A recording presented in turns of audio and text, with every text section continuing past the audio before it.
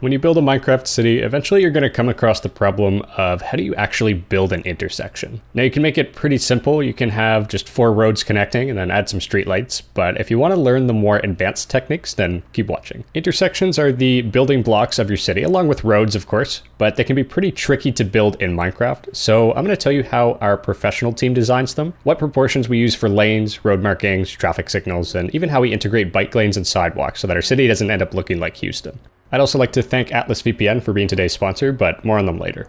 Today I have 3 intersections for you, each with different characteristics and specific uses. The first one carries large amount of traffic through an urban environment. The second one is kind of similar. You have these 2 lanes coming from either direction, but there's one side that does not cross all the way through. There's also an overhead grade separated rail line, which I'll show how you can actually use that to your advantage. The last one is meant for warehouses, so you can have trucks navigating these big turns with large turn radiuses. If you like this video, click like. If you really like it, click subscribe. It just helps the channel grow and helps me to make more content like this. Our first intersection is located on the main boulevard in my neighborhood of Monstera. It's a relatively complex intersection, but let's break it down. There is the main boulevard with 2 traffic lanes per direction with a divider down the middle with trees and greenery. The intersecting roads are one way, so there's a limited amount of turns that you can do. But to make it even more confusing, there's dedicated bike lanes in which the solid green dashes indicate where bikes cross, telling riders to be extra careful. Same goes for the pedestrian crossings in white, with the curbs dropping for a step down and a break in the middle of the divider. So let's take a look at the traffic flow. So east-west traffic can go straight or they can turn down the one-way road. There's 3 traffic lights to indicate straight ahead and 1 to turn onto the one-way road. By having this extra 1 to turn, you can let traffic go first before letting the other lane go straight so that you don't get cars backed up into the left lane, creating a traffic jam. For your road markings, don't forget your stop lines and one-way arrows on the outbound side to prevent confusion. You don't need the arrows, but I find it's a nice touch. The intersecting one-way road is 1 lane, and the yellow part here is just parking on the left. You have the option to go straight ahead,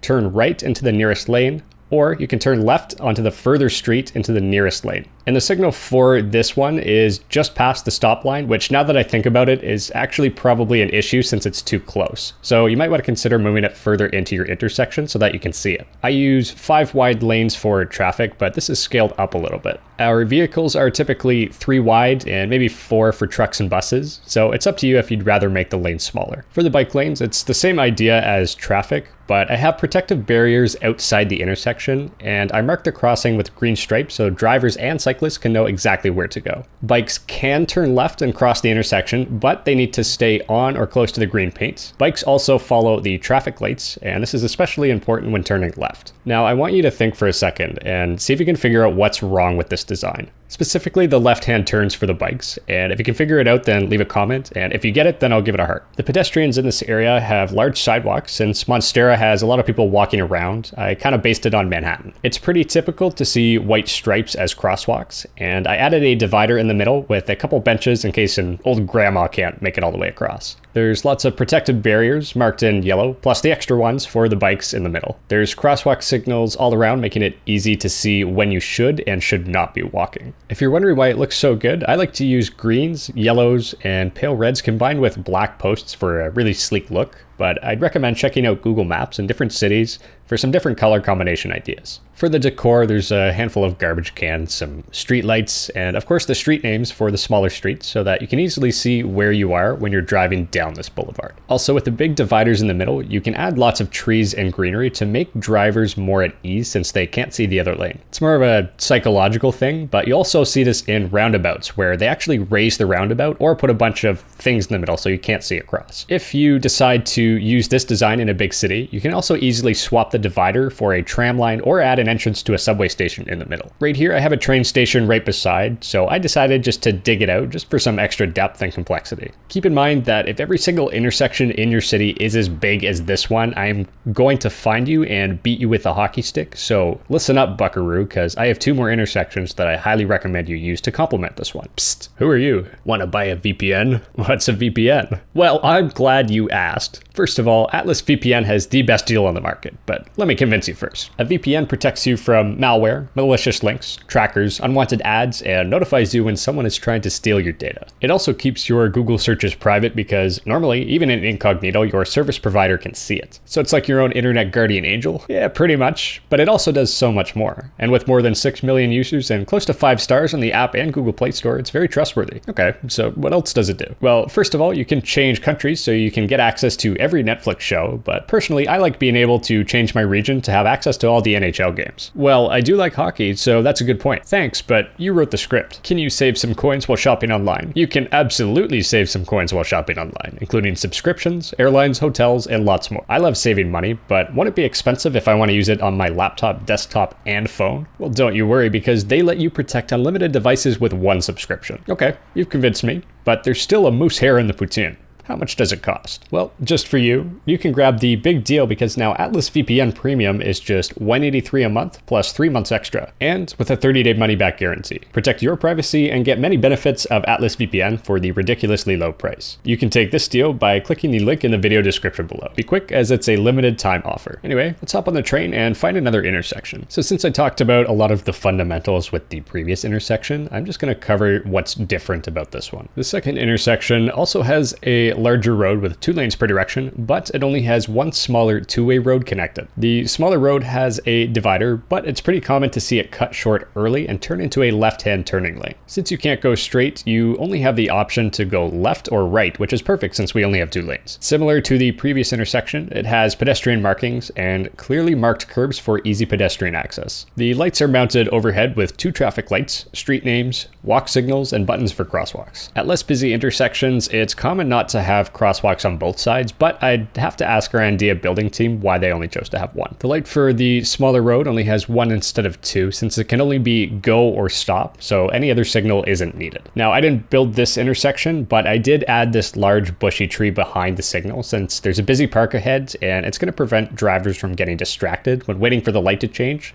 possibly preventing an accident. Also, if you do have elevation changes in or around your intersection, notice how they're handled. So the line goes straight across from point to point instead of creating a rectangle. Now there's no bike lanes for this one, but we do have a grade separated rail line that's been designed to be just above the height of the traffic lights. Another option, instead of having your posts and your typical traffic lights, you can actually hang them from the bottom. I wasn't involved with building this area, but one of our staff members built all these really cool overhead walkways for pedestrians to connect this area to the train station down the road. So that's intersection number 2. So let's hop in a car and find our third intersection. All right, welcome. Don't mind this car doing donuts here. That's just Adam. He does that. Our last intersection is designed for larger trucks with a high turn radius, which is why you see the curbs pushed back. It's also different because it's on a diagonal compared to the previous 2, which were on the cardinal axes. There's no stop lines on 3 of the 4 sides because we're testing out the skill of the truck drivers. No, I'm just kidding. I don't know why. I'm just assuming whoever made it didn't want to. There's a whole bunch of warehouses around here. There's a pretty sweet tuner shop for performance cars. There's a bunch of offices, and the pharmaceutical complex is just down the road. To build this intersection, you have your sidewalks. You have stairs as curbs in a 1-2 pattern. You have to be careful of that. Another block as drainage, which I also included in the other ones. And then they might have curved the edges by hand since diagonals can be pretty complicated. If you plan on using a lot of diagonal intersections in your city, you can make 1 corner by hand and then take it with World Edit, copy it, rotate it, and paste it to the other 3 so that it's consistent. Compared to the previous 2, which were centered more in urban environments, this one's in an industrial park, so the styling's a lot more simple. Really, the only thing you need is some lane dividers and just add some lights up top with caps to prevent light pollution at night. It's actually pretty common for cities to have regulations preventing light spill, especially near residential areas. That just means that you don't want light from your lights going upwards. So now that we've looked through 3 different designs, let's have a quick recap. To build an intersection, personally, I would first take a pen and paper to plan your traffic flow, bike flow, and pedestrian flow. From there, allocate sizes for each lane, bike lane, sidewalk, and crossing. Traffic lanes should be between 3 to 5 wide depending on your scale, with 1 block for lane dividers. I like to add 1 extra block along the edge just to let excess water drain away from the road. Bike lanes are 1 to 3 wide and made of either regular pavement or a specific color. Make sure to separate your bike lane from the road with either dividers, plants, or you can raise it onto the curb. Add markers crossing the intersection to show where the bikes should go so they don't get hit by vehicles, and add lowered curbs and crosswalks for pedestrians turns when you need to. Add traffic lights and pedestrian signals for each possible lane. And when you finally complete your build, you can check to see if it actually works by pretending to be a car, bike, or pedestrian trying to get to each possible place. You might just figure out that there's something dangerous about it that you need to fix. For additional details, you can add streetlights, road names, garbage cans, dividers, and added pillars for protection. And as a general rule of thumb, assume drivers are the dumbest people in the world, so make sure your intersection is easy for them to navigate. And that's how you make intersections. Hi, these shaders are a little bit weird. It changes a lot of the glass to black, even though it's not supposed to be.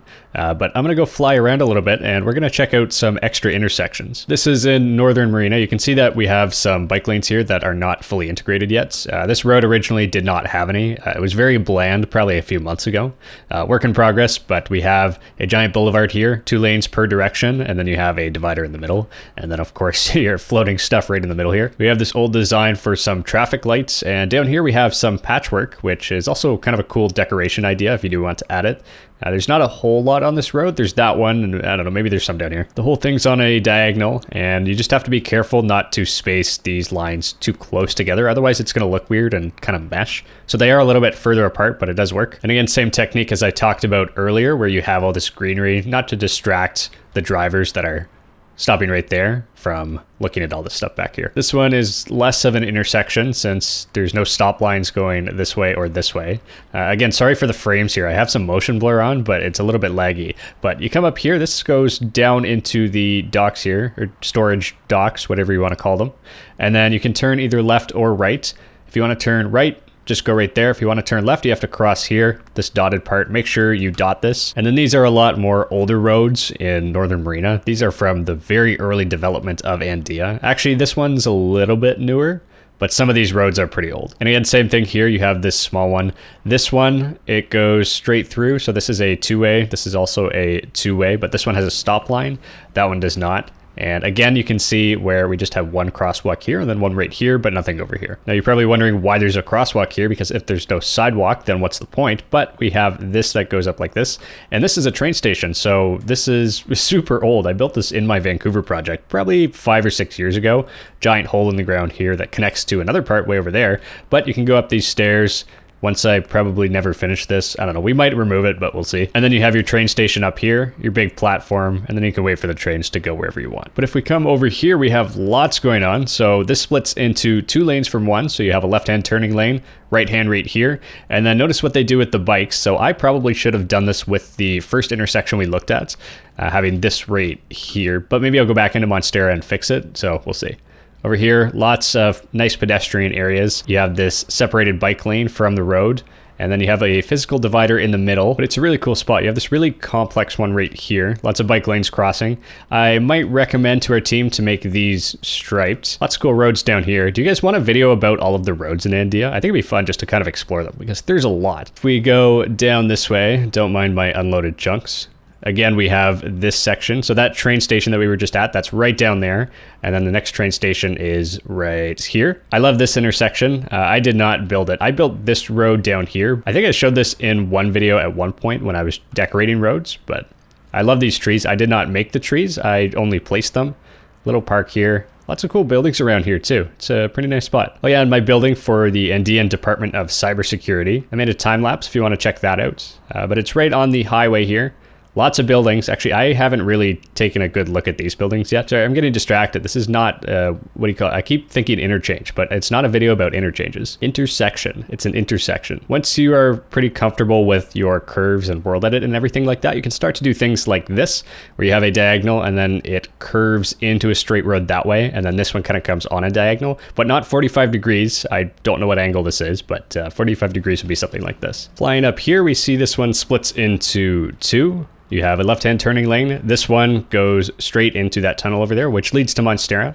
And then this one can also turn right. Over here, I built all of this. This is, I don't know what I was thinking here. I broke my own rule when I mentioned that you're supposed to go from here directly to here, which I clearly did not do, so I need to fix that. But let's go through this tunnel. Very dark and spooky in here. I love the lighting though. So come up here, you have this one, stop line, crosswalks. No crosswalks on this side. I felt you didn't really need it. I'm not quite sure what I want to put down here yet, but I'll figure that out. Flying down here, and this goes back to the first one, but it's not actually the first thing. It's just a copy of it. Go down here. In the middle of these blocks, you can see I have big one, and then this one, this is just for pedestrians, but I do have stop lines and the traffic lights here and here on either side. Come over here, you have some benches in the middle. Same thing as earlier, just with these dividers. I love having these green spaces. It's a pretty nice addition. And then you can cross here, and then you can keep going down here. But yeah, that's it for this video. If you do wanna, oh, wait, sorry, what's that? I don't like intersections. How dare you? Roundabouts are way better. My name is Roundabout Man, and I'm here to talk to you about Atlas VPN. Grab the big deal because now Atlas VPN Premium is just $183 a month plus 3 months extra, and with a 30-day money-back guarantee. Protect your privacy and get the many benefits of Atlas VPN for the ridiculously low price. You can take this deal by clicking on the link in the video description below. Be quick, as it is a limited time offer. I feel like I'm losing my voice, but I don't know why. I guess it's a mystery.